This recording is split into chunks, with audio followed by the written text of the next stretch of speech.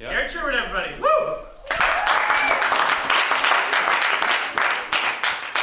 Okay, I'm very excited to tell this story to you tonight. It's a story that I've only told to only a few souls.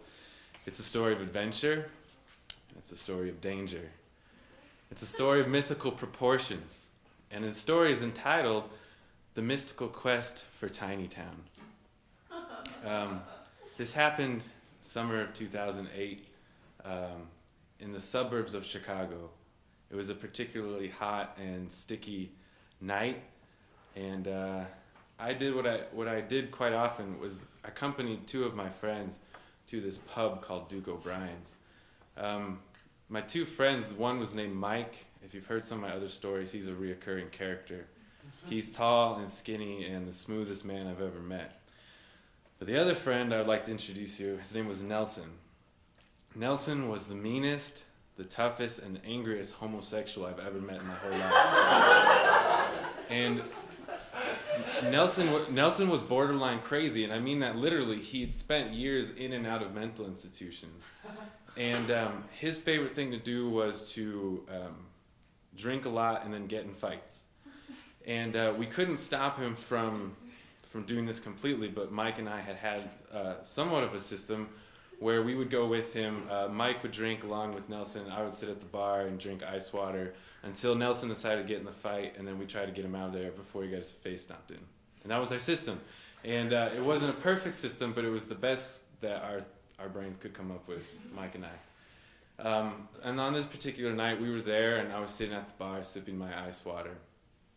And Mike and Nelson were in the other room drinking or dancing, and I'm not really sure. I was just kind of minding my own business, waiting for the night to conclude the way it always did. And this gentleman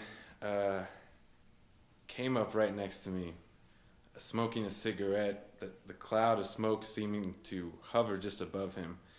And he begins to talk to me. And I had little interest to talk to him at first, but he begins to unravel a story about an adventure that he had. And he told me that one night, all by himself, he came upon a village of all midgets. And he says they had midget houses, and they had a midget market in the center of the town, and all kind of midget facilities designed just for midgets. And at this town, there's no roads to it, but it was embedded deep within the suburb of Chicago called Hoffman Estates, where all these rich people lived in mansions.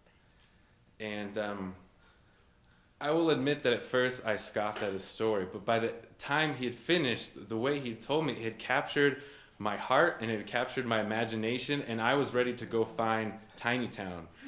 I go to my friend Mike and my friend Nelson, who are just starting the drinking. They weren't totally sloshed yet, and I began to tell them what the stranger told me.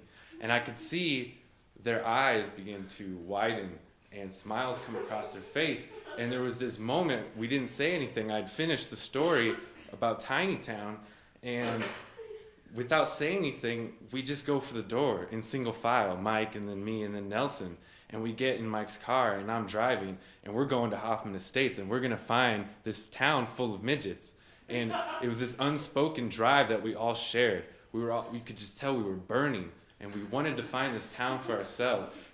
It was part being skeptical of his story, but mostly just our imagination was going crazy about this amazing town where all midgets lived in their midget houses.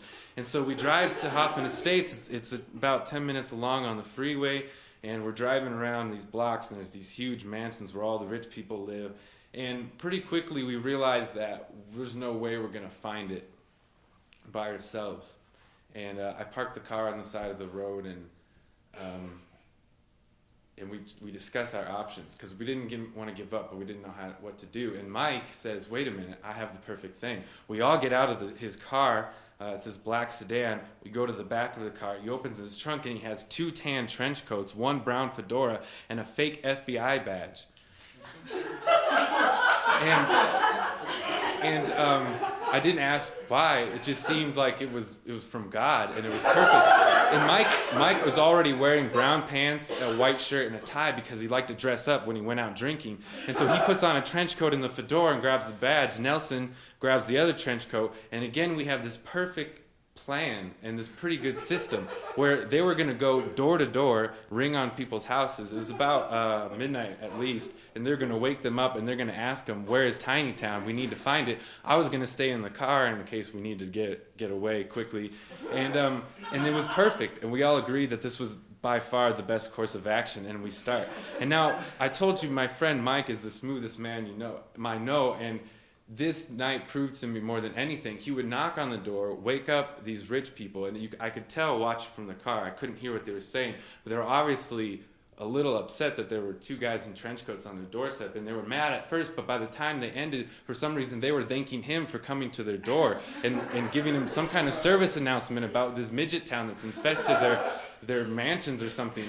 And we go from town, and we lasted about 5 or 6 houses, and then something a little more negative happened, where a man opened the door and he wasn't so pleased and he wasn't so taken with Mike's smoothness, and he begins to get upset.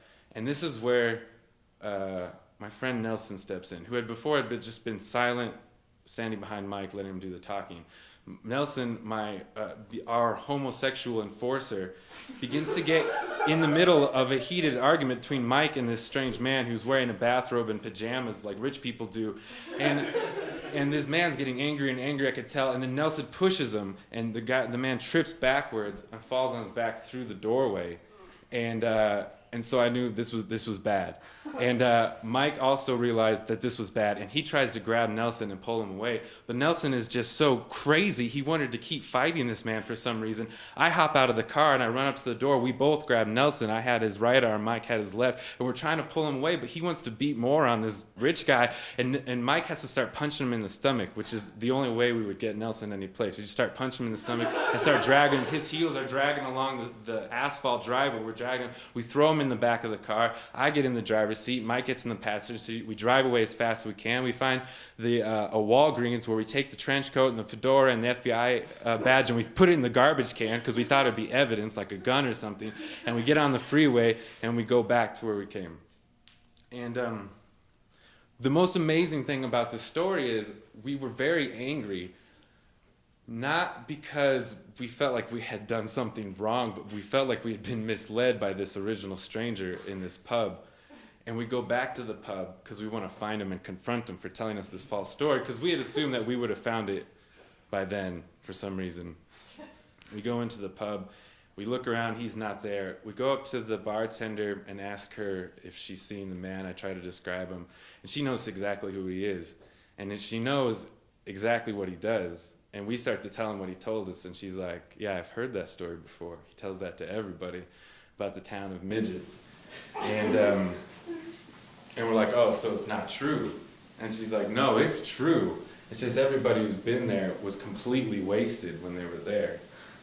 And so we begin to imagine, and I have a couple ideas for what Tiny Town actually is, and I'll let you imagine for yourself what it probably is.